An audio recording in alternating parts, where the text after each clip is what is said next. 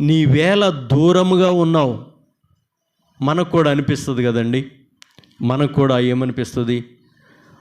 ప్రార్థనలు చేస్తున్నప్పుడు, ఆర్థికంగా అవసరాలు తీరనప్పుడు, మనం ఎన్నో రకాల ప్రార్థనలు, మన కోరికలు, మన నిత్యావసరాలు, మన కుటుంబ అవసరతలు, మన కుటుంబంలో గృహంలో కావలసినవి దేవుడు ఇవ్వాల్సిన దేవుడు ఇవ్వకపోతే నరమాతృలుగా,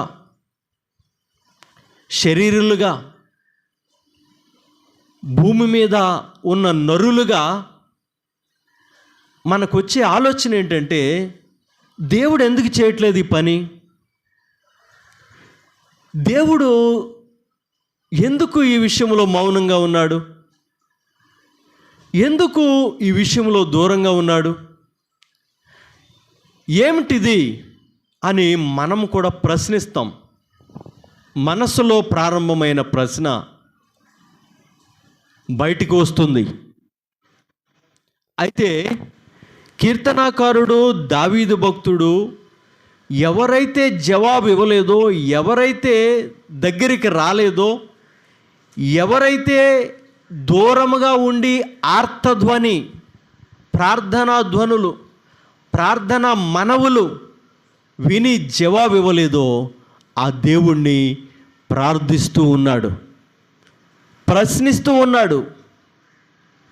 ప్రియమైన వాళ్ళరా, మనము కూడా దేవుని సన్నిధిలో విశ్వాసిగా, సేవకుని కుటుంబంగా, విశ్వాసుల కుటుంబంగా, రక్షించబడిన సమూహంగా మనమందరం కూడా మనము దేవుని మీద ఉంచవలసిన విశ్వాసమును ఉంచి క్రియారూపంలో దేవుడు చేయనప్పుడు మనము కూడా మోకరించి, ఏంటి ప్రభువా ఎందుకు చేయట్లేదు?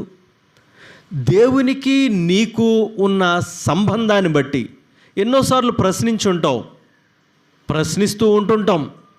కానీ కొన్ని ప్రార్థనలకు దేవుడు ఆలస్యంగా జవాబిస్తాడని మనం వింటూ ఉన్నాం. ఆలస్యంలో ఆశీర్వాదం ఉంటుంది, నెమ్మదినిస్తాడు, సమాధానాన్ని ఇస్తాడు, దీవెనకరంగా ఉంటుంది. సామెతల గ్రంథకర్త అంటాడు, మొదట బహుత్వరితముగా దొరికిన స్వాస్థ్యము తుదను దీవెన నొందకపోవును. మొదటగా అంచెలంచెలుగా వెంటనే ఏదో ప్రారంభించిన వెంటనే అభివృద్ధి కార్యక్రమాలు వెంటనే జరిగిపోయినప్పుడు జనాలు వారిని చూసి ఎంత అద్భుతం, ఎంత ఆశ్చర్యం అని అనుకుంటారంటండి. కానీ ఉదయకాల సమయంలో ఈ దారి గుండా వెళ్ళినప్పుడు ఈ చెట్టు ఎంతో పచ్చగా ఉంది, ఫలాలతో ఉంది. సాయంత్రము తిరిగి ఈ దారి గుండా వస్తున్నప్పుడు ఆ చెట్టు అక్కడ కనపడదంటండి. ఊహించని రీతిలో గబగబా ఏదో దొరికేద్ది, అభివృద్ధి కలిగేద్ది. అలాంటి కలిగిన సందర్భాల్లో ఆ చెట్టు పచ్చగా, ఈ దారిని వెళ్ళినప్పుడు పచ్చగా ఉంటుందంటండి. సాయంత్రం ఈ దారిని రాగానే ఇక్కడ చెట్టు ఉండాలేది, ఆకులు ఉండాలేవి, ఫలాలు ఉండాలేవి అనే ఆలోచన, అనే ప్రశ్నలు వస్తూ ఉంటాయి అంటండి. చెట్టు ఉండాలి కదా. అవునండి ప్రియమైన వాళ్ళరా, ఆలస్యంలో, బాధలో, నిందల్లో నలుగుతూ వెళుతున్న అనుభవాలు నిన్ను ఒక్కో మెట్టుకు పైకే తీసుకువెళ్తాయి, కానీ నిన్ను కింద నుంచవు. దేవునికి స్తోత్రం కలుగునుగాక. ఆమేన్.